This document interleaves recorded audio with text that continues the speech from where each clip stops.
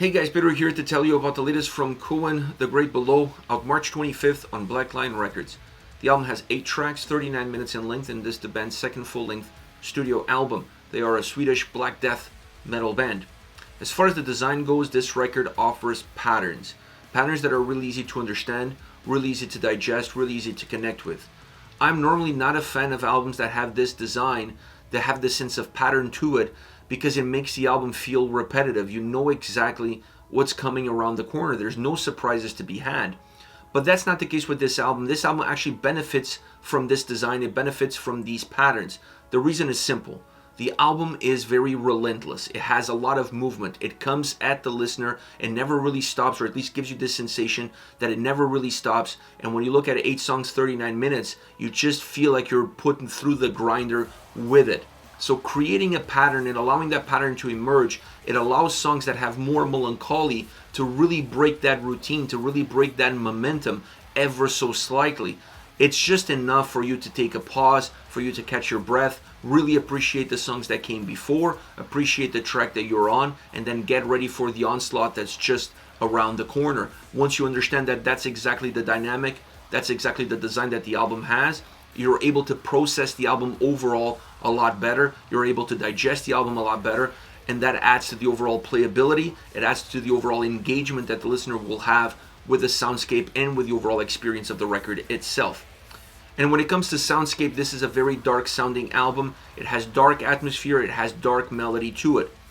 Also, when you have an album that has these two elements playing into the same card, the walls of the record tend to be very narrow. You tend to feel like the walls are caving in on the listener, and it starts to funnel in the experience. This record also doesn't do that. It actually does the complete opposite. It feels like the darkness is expanding, not contracting.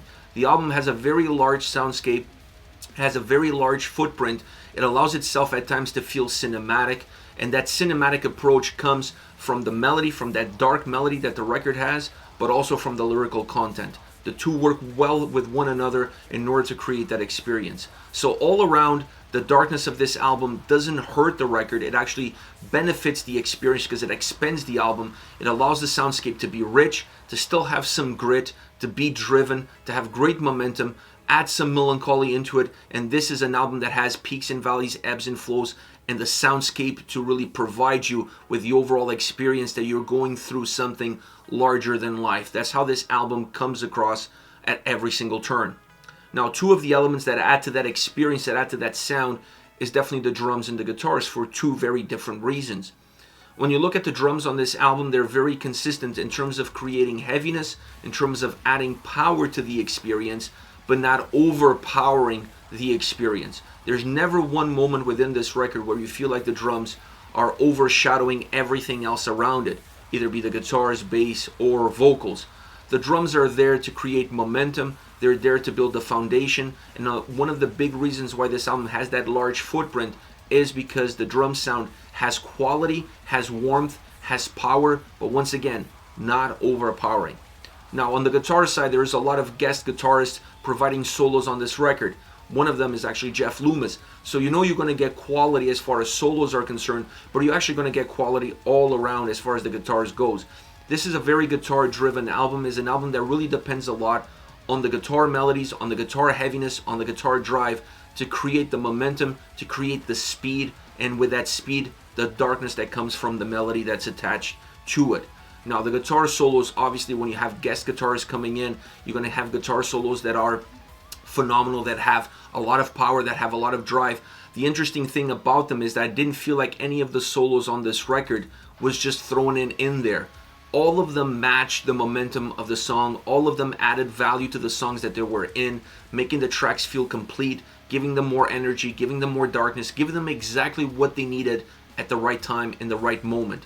So adding value is a very important element, not just adding names to say that you have guest guitarists, but really adding value to the quality of the songs, and that's exactly what you're going to get from the guitar solos on this record.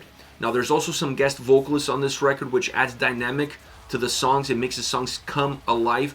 And when you have a record that has that cinematic vibe that is permeating through the dark atmosphere, that's permeating through the lyrics, having different guest vocalists adds to it because it creates movement. It doesn't stay stagnant. You're not going to get a one-size-fits-all approach from beginning to end, because every time you have a guest vocalist on a track, the dynamics change, the movement changes, the perception of the song changes. So it's all important elements that are adding value to the overall experience of the record. And when I look at the guest solos, when I look at the guest vocalists, when I look at how everything is put together, that is the reason why this album, while having some elements that are normally negative to the experience of the listener, they work as positives when you put them all together in this format. This album has great sound, great life, great energy, allowing that darkness to expand and move, and with that movement really taking the listener along for the journey. Great second record for Kvaen. Now, as far as favorite songs are concerned, I want to start off with Cauldron of Plagues. This is the opening track on the album, and it's right off to the gates. You know this song. If this is the opening track and this is an image of what the album is going to be, you better hold on, because this album is all about that speed and darkness, and this song is all about that same speed and darkness. The vocals are outstanding. They blend perfectly with the sound and the atmosphere of the track. Great drums all around, really compacting the sound, really helping give momentum to the song itself. Then the dark melody that the track has weaves in and out, really allowing the song to come to life and have movement at the same time. Next, you have Damnations Jaw featuring Mike Weed. Great track, great solo, great performance.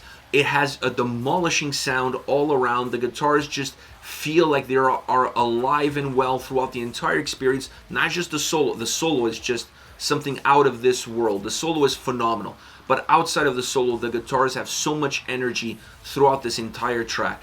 And the vocals blend perfectly with that energy. You really connect with both elements. You really feel like you're a son of these two parents as you're listening to this track, as you're moving along. It has great heaviness, it has great drive, and with that heaviness and drive comes that darkness that just propels you forward.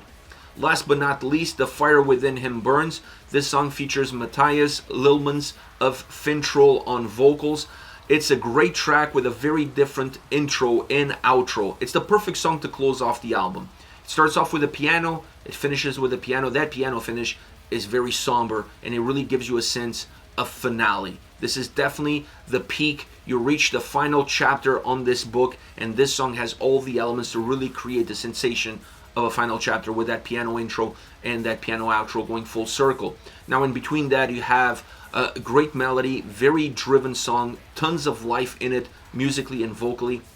It has a phenomenal solo that adds to the intensity, it adds to the drive, it adds to the momentum that the track already has, and then Lilmans changes the perception vocally of what this track is all about, because the vocals are carrying you through, but when he comes in, he just digs a little bit deeper, and he takes you even deeper into that darkness, making this song just come to life, but in a very dark kind of way. It just changes the dynamic of the track completely, giving it a different perspective, giving it a different aroma. His vocals, while not being something that becomes the calling card of the track, because they have a small role to play, but that role is still very important in how you're going to perceive the overall construction of the song and even the impact that it has on the soundscape. Magnificent track all around to close off this record. This is it. Kvaen with Great Below, out March 25th on Black Lion Records. Let me know your thoughts on the band, on the singles.